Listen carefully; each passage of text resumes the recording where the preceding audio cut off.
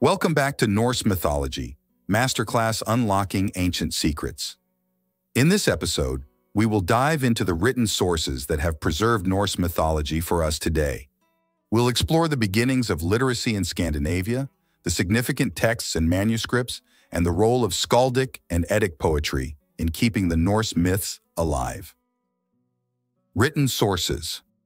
Literacy in Scandinavia began in the Viking Age, primarily introduced by the Church, which brought books and Latin literacy, including the Latin alphabet. The first evidence of books in Scandinavia is from the 11th century. However, the Jelling runestone from 960-65 CE in Denmark suggests that books were already known in southern Scandinavia by the time it was created.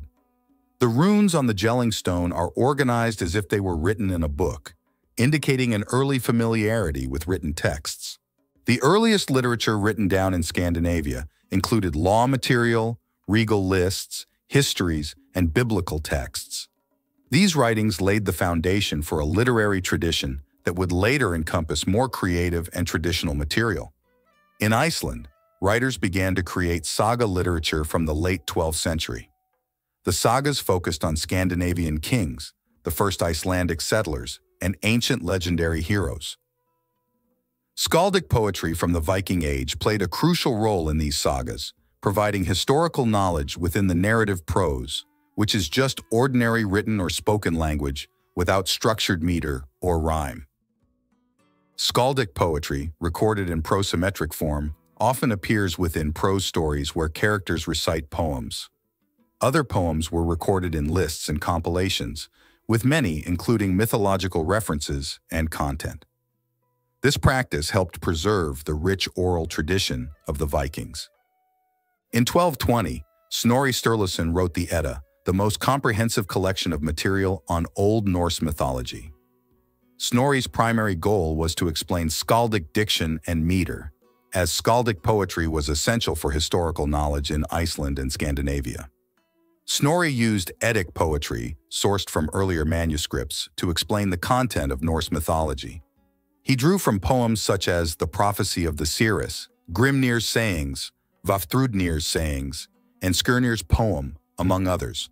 These sources, including Eddic poetry from before, during, and after the Viking Age, skaldic poetry, Snorri's prose Edda, sagas, and other short stories from 1200 to 1500, and Latin histories from Denmark and Norway, provide a multifaceted view of Norse mythology.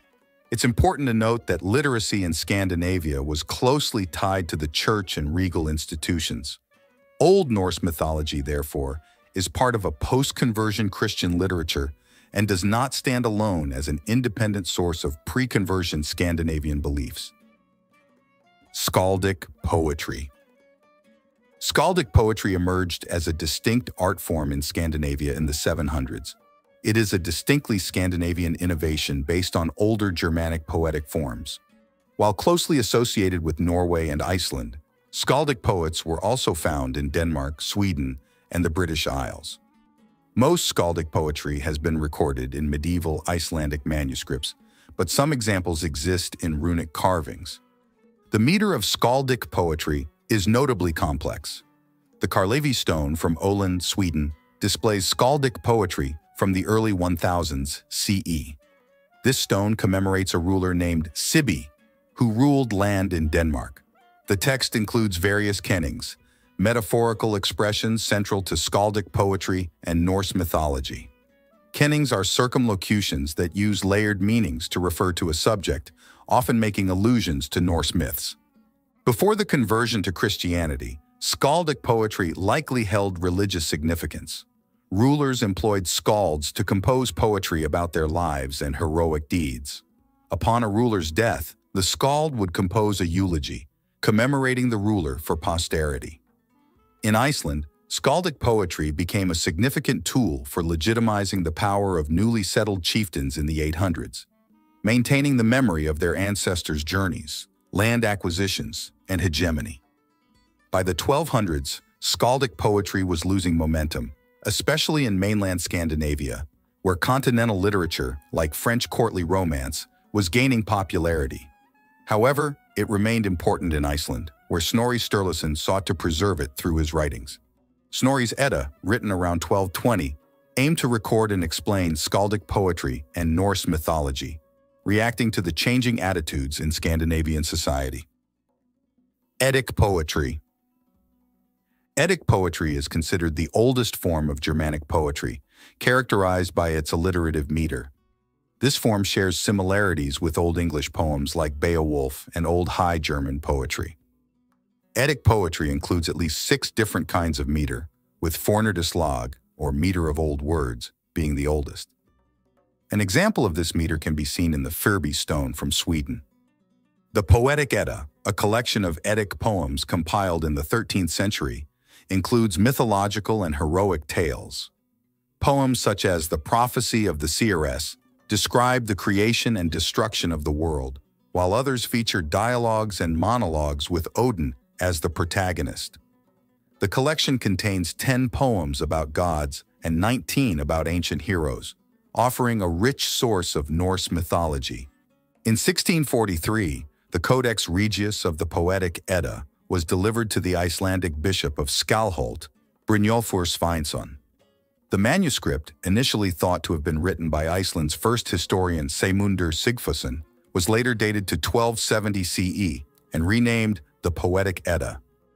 This manuscript, along with other Eddic poems found outside the Codex Regius, has preserved the oldest and most authentic Norse myths. Snorri's Edda. Snorri Sturluson composed his Edda around 1220 CE as a literary treatise on skaldic poetry. After visiting Norway in 1218 and composing a skaldic praise poem for the Norwegian king, Snorri returned to Iceland with a mission to preserve this art form. His Edda is divided into 4 sections: a prologue, the delusion of Gylfi, the language of poetry, and Hatatal. The prologue introduces the Christian timeline of paganism in Northern Europe, explaining how the Aesir, the Norse gods, were essentially humans who migrated from Troy and were later revered as deities. The delusion of Gylfi narrates how a Swedish king named Gylfi is deceived by the Aesir, who tell him stories about Norse mythology. The language of poetry delves into the kennings and heidi used in skaldic poetry, providing stories to explain these metaphors. Hatatal, composed in Norway, enumerates different meters used in skaldic poetry. Snorri's work encases Norse mythology within a universal Christian history, using interpretive methods familiar to the Christian intellectuals of his time. His Edda remains a crucial source for understanding Norse mythology and skaldic poetry. In this episode, we've explored the written sources that have preserved Norse mythology, from the earliest laws and regal lists to the creative saga literature of Iceland. We've delved into the importance of skaldic and Eddic poetry, and the efforts of Snorri Sturluson to preserve these traditions. Join us next time as we continue to uncover the secrets of Norse mythology, exploring more myths, gods, and legends that shape the ancient Norse world.